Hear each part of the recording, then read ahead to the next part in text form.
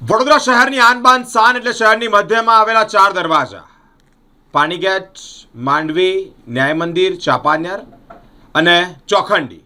આ 4 દરવાજા કે જ્યાં લોકો વડોદરાને આ 4 દરવાજાના નામથી ઓળખે છે. પરંતુ આ 4 દરવાજાની ક્યારેક કોઈક વિઝિટ કરવા આવે તો આપણને સૌને ખ્યાલ છે કે એ લોકો શું લઈને જાય. ટ્રાફિક, દબાણો, લોકોને પડતી તકલીફો, પાર્કિંગનો મુદ્દો કે પછી રોડ રસ્તા સાંકડા કે પછી ત્યાં મોટા ખોદેલા મસ્ત મોટા ખાડાઓ. અનેક ચર્ચાના મુદ્દા છે, અનેક પ્રશ્નો છે, અનેક લોકોને પડતી હાલાકીઓ છે જે બાબતે ચર્ચા થવી જોઈએ અને આ બધાનું નિરાકરણ આવવું જોઈએ. 4 દરવાજા, આ 4 દરવાજામાં રસ્તાઓ સાંકડા થતા જાય છે, નેરો થતા જાય છે. કારણ પાર્કિંગ, જેમ તેમ પાર્કિંગ, મસ્ત મોટા ખોદેલા ખાડા, સાથે ઈ મેમોનો હવે વિવાદ વકર્યો છે, એટલે કે એ પણ મુદ્દો ઉઠ્યો છે. અલગ અલગ મુદ્દાનું નિરાકરણ આવે તે અંતર્ગત ભારતીય જનતા પાર્ટીના કોર્પોરેટરો, પૂર્વ કોર્પોરેટરો રજૂઆત કરવા માટે પહોંચ્યા છે મ્યુનિસિપલ કમિશનરને. પહેલાં તો ટ્રાફિક વિભાગ સાથે પણ ચર્ચા કરવામાં આવી. તે ટ્રાફિક વિભાગના જે મુખ્ય અધિકારીઓ છે તેઓને પણ વાતચીત કરવામાં આવી, તેઓને પણ રજૂઆત કરવામાં આવી. ત્યારબાદ ભાજપના કોર્પોરેટર મુદ્દો ઉઠાવી અને મ્યુનિસિપલ કમિશનર અરુણ મહેશ બાબુને રજૂઆત કરવા માટે પહોંચ્યા છે કે વડોદરા શહેરની આનબાન શાન 4 દરવાજા ગણાય. 4 દરવાજાની વચ્ચે ટ્રાફિકનો મુદ્દો છે, પાર્કિંગનો મુદ્દો છે, દબાણો કરી દેવામાં આવ્યા છે તે પણ એઝ ઇટ ઇઝ છે. અલગ અલગ મુદ્દે લોકોને તકલીફ પડી રહી છે અને તકલીફ એ અવાજને વાચા આપવા માટે ભાજપના કોર્પોરેટરોની પીઆઈ સાથે પણ તુત્તુ મેમે એટલે બોલાચાલી થઈ હોય તેવી પણ પ્રાથમિક સૂત્રો પાસેથી માહિતી સામે આવી રહી છે.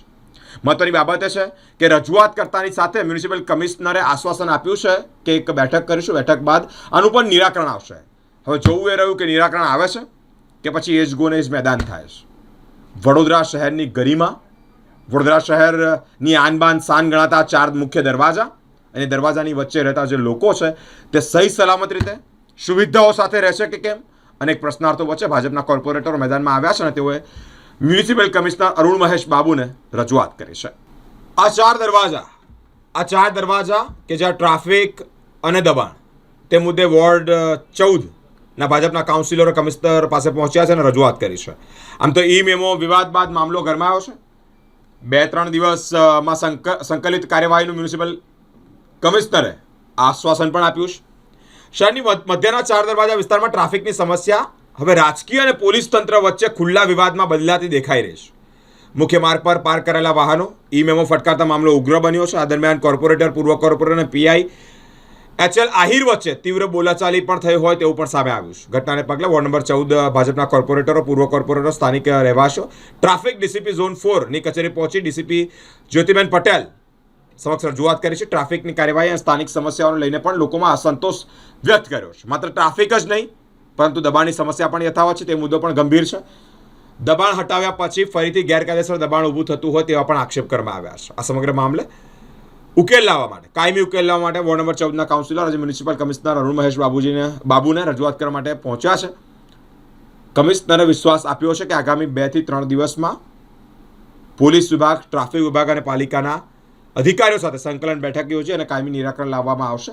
હવે નજર રહે છે કે તંત્ર દ્વારા આપવામાં આવેલા આશ્વાસન પર કામ થાય છે અને કેટલું ઝડપથી અસરકારક ઉકેલ આવે છે તે આવું જવું રહ્યું. અત્યારે જે આપ જોઈ શકો છો કે 4 દરવાજામાં ટ્રાફિકની સમસ્યાઓ કાયમ માટેની હોય છે. આ ટ્રાફિકની સમસ્યા માટે વારંવાર રજૂઆતો કરતા હોઈએ છીએ. અગાઉ પણ ઘણી બધી વાર રજૂઆતો કરેલી છે અને અત્યારે આપ જોઈ શકો છો કે 4 દરવાજામાં ઘણી બધી ટ્રાફિકની સમસ્યાને લીધે ઝઘડા પણ થતા હોય છે, કોઈ મોટા ઇન્સિડન્ટ્સ પણ બની શકે છે. તો એના માટેની આ એક રજૂઆત હતી. અમારે ત્યાં આગળ 4 દરવાજામાં અત્યારે પણ પાર્કિંગની જગ્યા ઉપર જ્યારે સ્કૂટરને પાર્ક કરવામાં આવે છે તો એના માટેના પણ ફોટા પાડી અને એ લોકોએ ત્યાં ટ્રાફિક પીઆઈને એ લોકોએ ત્યાં આગળ એને મેમો આપ્યો હતો. આ રીતે પજવણી પણ અમુક લોકો સાથે થઈ રહેતી હોય છે. અને અત્યારે જ્યારે અમારા સાથી કાઉન્સિલર સચિનભાઈને જ્યારે એમણે વાત કરી તો એ મહામંત્રીશ્રીને ત્યાં એમના ઘરની બહાર જ આ વસ્તુ થયેલી. એ લોકોએ સચિનભાઈને વાત કરી, એમને સચિનભાઈએ ત્યાં જ્યારે પીઆઈ સાહેબને, ટ્રાફિક પીઆઈને વાત કરી ત્યારે એમણે ગમે તેવા શબ્દો બોલીને એમનું પણ અપમાન કર્યું કે કાઉન્સિલર છો તો શું થઈ ગયું, એવી રીતે વાત કરવા નહીં આવવાનું. અને ત્યાં બધાની વચ્ચે પણ એ લોકોએ એમનું અપમાન કર્યું. ત્યાર પછી બધા બીજે દિવસે પણ બધા સાથે મળીને એમને પીઆઈને, ટ્રાફિક પીઆઈને મળવા ગયા તો ત્યારે પણ એ લોકોએ અમારા જે પૂર્વ કાઉન્સિલર હતા એમની સાથે પણ ખૂબ ખરાબ વર્તન કરવામાં આવ્યું છે. અને ટ્રાફિકની સમસ્યાને માટે જ્યારે હંમેશ જ્યારે લડતા હોઈએ તો અમુક ઇન્સિડન્ટ્સ બને ત્યારે રજૂઆત પણ કરતા હોઈએ છીએ. તો રજૂઆતના સમયે એ લોકો ગમે તેમ શબ્દો બોલીને અને એ લોકો ઉદ્ધત વર્તન કરતા હોય છે. એના માટે ત્યારબાદ ડીસીપી લીના મેડમને પણ વાત કરેલી, એમને પણ ટાઈમ આપેલો, પણ કોઈ અનુકૂળતા ન હોવાને કારણે ન મળી શક્યા. ત્યારબાદ અમે લોકો તેજલ મેડમને પણ મળવા ગયા. તો બધા જ પૂર્વ કાઉન્સિલરો, પ્રમુખ, મહામંત્રી, સંગઠનની ટીમ, સર્વ લોકો તેજલબેનને પણ મળવા ગયા. એમને પણ રજૂઆત કરી કે ટ્રાફિકની આ રીતની સમસ્યા હોય છે અને ટ્રાફિકની સમસ્યામાં જે રિક્ષાવાળાઓ ઊભા હોય છે તો રિક્ષાવાળાઓ ઉપર તો કોઈ એક્શન લેવાતી નહીં હોતી. જ્યારે જે નિર્દોષ લોકો જતા આવતા હોય છે તો એ સમયે સવારના જ્યારે જાય તો સવારના સમયે, સાંજે છૂટવાના નોકરીના સમયે એ લોકો હેરાન કરી અને જ્યારે ટ્રાફિકવાળા એ લોકોને મેમો ફાડે છે તો એ લોકોને મેમો ફાડવામાં આવે છે.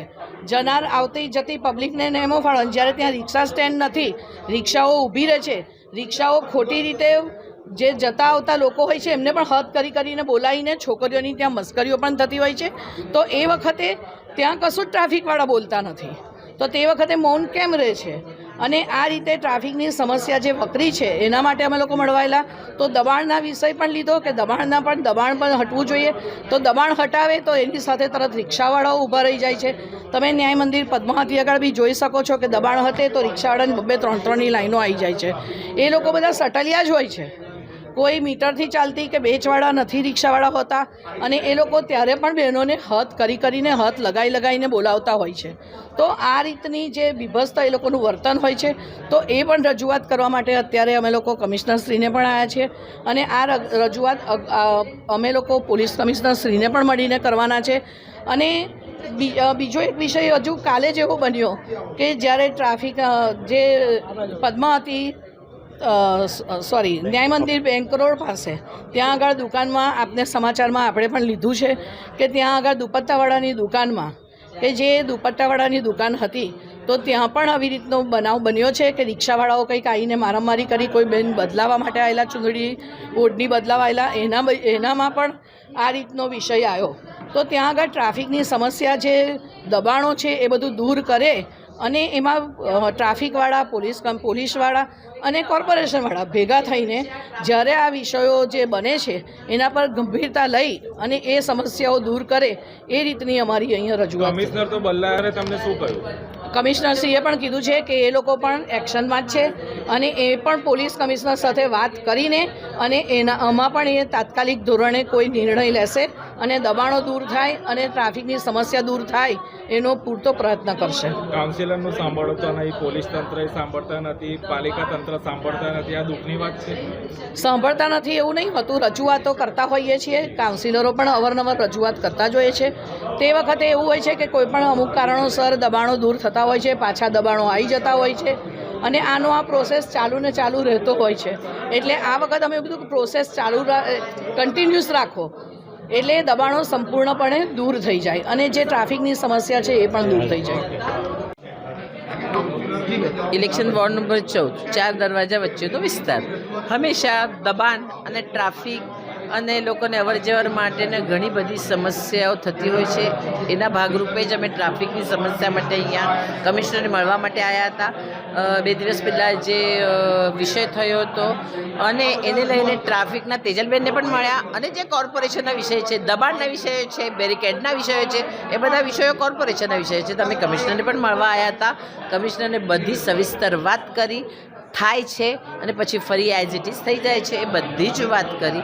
એમને કહ્યું છે કે 2-3 દિવસ તમે મને સમય આપો, અમે કરીશું અને તમારો જેવો જે પ્રશ્ન છે એના પ્રશ્ન હલ કરવાનો અમે પ્રયત્ન ચોક્કસ કરીશું.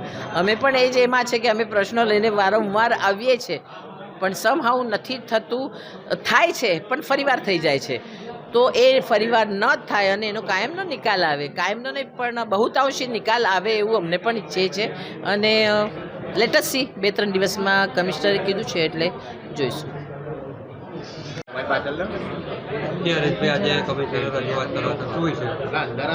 કમિશનરને મળવા આજે આવ્યા હતા. આજે અમે અમારા સાથી કાઉન્સિલર જેલમબેન, નંદાબેન, પૂર્વ કાઉન્સિલર વિજયભાઈ, મિનેશભાઈ, અમારા પ્રમુખ મહામંત્રી, જે 2-3 દિવસથી આજે 4 દરવાજા વિસ્તારમાં જે સમસ્યાઓ થઈ રહી છે, જે વર્ષો જૂની સમસ્યાઓ છે, કે દબાણની નાની એક્શન તો લેવાય છે, પણ જ્યારે એક્શન લીધા પછી પાછી એની જ પરિસ્થિતિ થઈ જાય છે. ગઈકાલે બી એક બનાવ બનેલો કે ભાઈ જે આપણા બધા ત્યાં દુપટ્ટાની દુકાન છે, ત્યાં ગાડી કોઈ ગ્રાહક આવ્યું થયું અને કંઈક કારણસર કંઈક મગજમારી થઈ, તો ત્યાં જે રિક્ષા સ્ટેન્ડ હતું ત્યાંના રિક્ષાવાળાઓ પણ પેલા એમનું પ્રાણું લઈ અને દુકાનદારની જોડે મારામારી કરી અને માર્યા એ લોકોને. એટલે અમે કમિશનરશ્રીને મળવા આવ્યા હતા કે ભાઈ આ જે દબાણની સમસ્યા છે, ટ્રાફિકની સમસ્યા છે, જે જૂનું બસ સ્ટેન્ડ હતું ત્યાં ગાડી પણ જે ડિવાઈડ કરી અને જે રસ્તો રોકેલો છે એવો પણ અમને કરી આપો. જે આ રિક્ષા સ્ટેન્ડ કે જે કોઈ પરવાનગી વગરની જે રિક્ષા ઊભી રહે છે અને આવતા જતાં તમે જુઓ કે રસ્તાની વચ્ચે જ ઊભા રહે છે, આવતી જતી મહિલાઓને બોલાવે ઇશારા કરીને કે ભાઈ અહીં બેસો, અમારી રિક્ષામાં બેસો. એ રિક્ષાઓ ઊભી રહે છે, એના અનુસંધાનમાં આવતા જતાં ટ્રાફિક એટલો બધો થઈ જાય છે કે જેની કોઈ લિમિટ નથી. એટલે અમે કમિશનરશ્રીને કહેવા આવ્યા હતા, એમને પણ અમને કીધું છે કે ભાઈ હું બી પોલીસ કમિશનર જોડે લાયસન્સ કરી અને આ વિશે અમે ચર્ચા કરી અને જે પણ સુખદ સમાધાન આવશે તાત્કાલિક ધોરણે અમે આનો પ્રયાસ કરીશું.